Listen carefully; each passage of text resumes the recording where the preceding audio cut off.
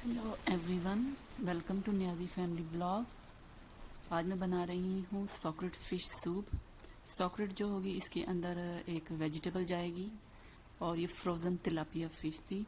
इस फ़िश की अच्छी बात ये थी कि इसमें बोन्स बिल्कुल भी नहीं थी। आपके साथ अगर कोई बच्चा है, बेबी है, वो आराम से इसको खा सकता है। मेरे बच्चे तो खाते हैं ये वाली फ़िश, तो इसलिए मैं हमेशा उनके लिए भी ये वाली ज़रूर बनाती हूँ और ये मेरी चॉइस होती है कि बोनलेस फ़िश हो। इससे पहले मैं एक फ़िश यूज़ करती थी, वो कॉड फ़िश थी, उसमें भी नहीं थे। लेकिन आप ये बाय कर सकते हैं, मैंने ऑनलाइन ही बाय की थी। यहाँ पे मैंने इस तरह से फ़िश के फ़िले बना लिए हैं। जब फ्रोज़न फॉर्म में हो तो बेस्ट टाइम है फ़िश के फ़िले बनाने के। और आपने थिनली स्लाइस्ड करना, जितना आप मैक्सिमम थिन स्लाइस कर सकते हो, और पीसीज बड़े बड़े रखने, छोटे नहीं रखने। तो मुझे जिस तरह की आती थी भाई मैंने कटिंग कर ली। वैसे चाइनीज़ तो बहुत अच्छी करते हैं, आपको रेडीमेड जो होंगे ना स्लाइसिस बाजार से कटे हुए मिल भी जाते हैं। तो यहाँ पे मैंने अपने स्लाइसिस काट लिए थे। अब नेक्स्ट टाइम है इसकी मैरिनेशन जो है वो आप 3 चीज़ों से कर सकते हो। किसी भी स्टार्च से, या आप राइस फ्लोर से भी कर सकते हो। मेरे पास राइस फ्लोर है, मैं इससे भी कभी कभार कर लेती हूँ। चाइनीज़ इससे वैसे नूडल्स बनाते हैं, मैं किसी दिन इसे नूडल बनाकर भी आपको दिखाऊंगी। अक्सर इसे ब्रेकफास्ट करते हैं वो लोग। तो ये मेरे पास पड़ा हुआ था, मैं इसको भी कभी लगा देती हूँ। कभी कोई स्टार्च हो मैं वो भी लगा देती हूँ। पोटैटो है, कॉर्न स्टार्च है, या स्वीट पोटैटो स्टार्च, जो भी आपको अवेलेबल है वो लगा सकते हैं। कसावा का पाउडर आता है वो भी लगा सकते हैं, या एग वाइट भी लगा सकते हैं। लेकिन मार्केट वाले जो रेस्टोरेंट वाले होते हैं वो ज़्यादातर स्टार्च ही यूज़ करते हैं। एग जो होती है वाइट, उसको जब आप लगाते हो ना तो कुछ टाइम के बाद जैसे अगर वो ओवर हीट हो जाती है तो वो भी हार्ड हो जाती है। वैसे बेसिक पर्पस स्टार्च का ये है कि ये आपकी फ़िश को हार्ड नहीं होने देती। वैसे फ़िश हार्ड हो जाती, बड़ी चुई और ड्राई सी हो जाती है ना, ये ड्राई नहीं होने देगी। उसके बाद जनाब क्या है कि यहाँ पे हमने सबसे पहले जो आपने इम्पॉर्टेंट इंग्रेडिएंट है वो जिंजर है। गार्लिक ना भी डालें तो डजेंट मैटर। जिंजर जो है वो फिश के साथ बहुत अच्छा टेस्ट देता है। जितनी भी आपकी सी फूड वाला होती है उसमें जिंजर अच्छा टेस्ट देता है। यहाँ पे गार्लिक को आपने इसी तरह कट करना जिस तरह मैं कट कर रही हूँ। क्यों? क्योंकि जो रेस्टोरेंट में सर्व करते हैं वो इसी तरह कट करते हैं।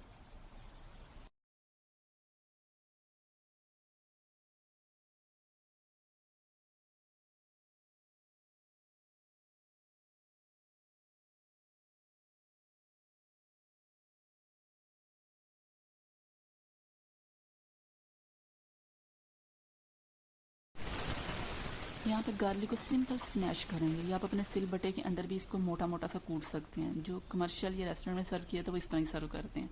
लंबे लंबे से फाइबर से आपके मुंह में भी आते हैं। और फिश के साथ जिंजर बहुत अच्छा लगता है।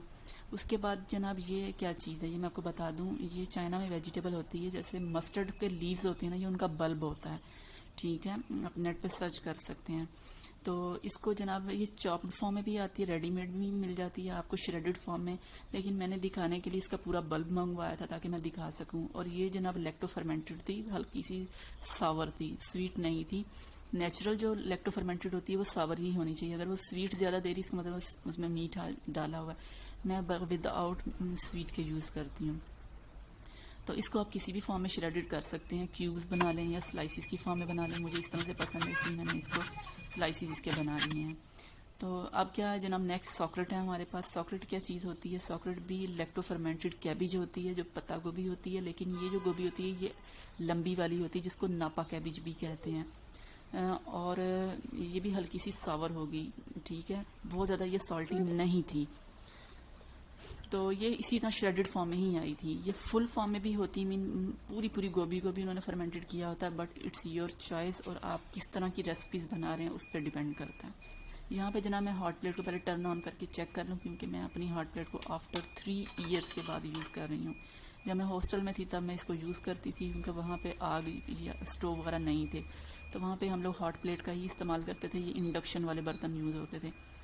तो मेरे पास सिर्फ एक ही इंडक्शन वाला बर्तन है। लेट्स ट्राई इट कि ये वर्किंग कंडीशन में है या नहीं है। मैंने इसको ऑन तो कर दिया है, तो ऑन तो बहरहाल ये हो गई है। वैसे चाइना में इलेक्ट्रॉनिक्स बहुत अच्छी होती हैं, ख़राब बिल्कुल भी नहीं होती। जनाब अच्छे से ऑन हो गई है। चलें अब मैं इस पर कुकिंग स्टार्ट करती हूँ।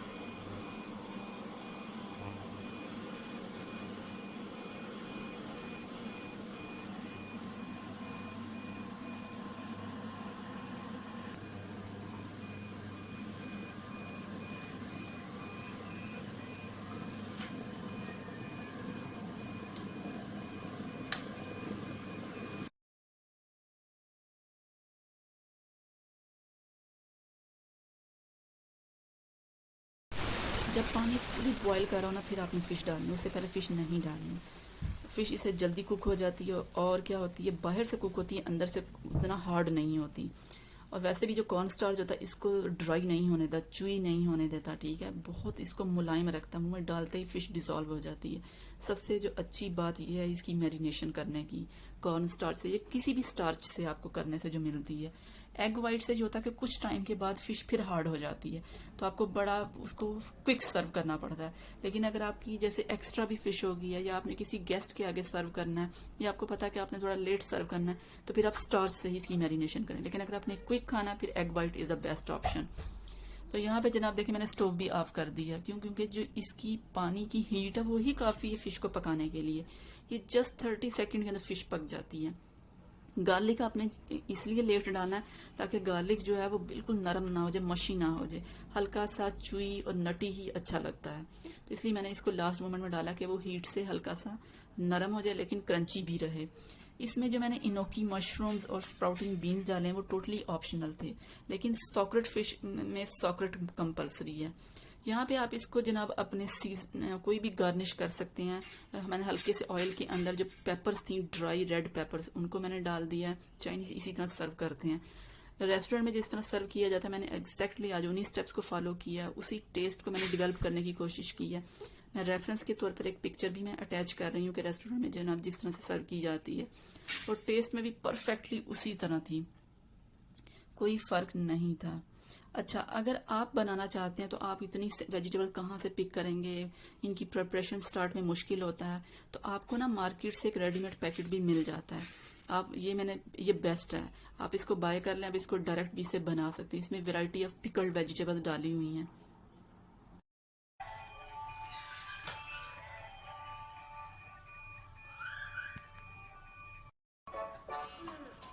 How many fingers on two hands? How many fingers on two hands? How many fingers on two hands? Let's all count together. 1, 2, 3, 4, 5, 6, 7, 8, 9, 10. 1, 2, 3, 4, 5, 6, 7, 8, 9, 10. Clap, clap, clap your hands. Clap, clap, clap your hands. Clap, clap, clap your hands. चलो ठीक है, Clap your finish.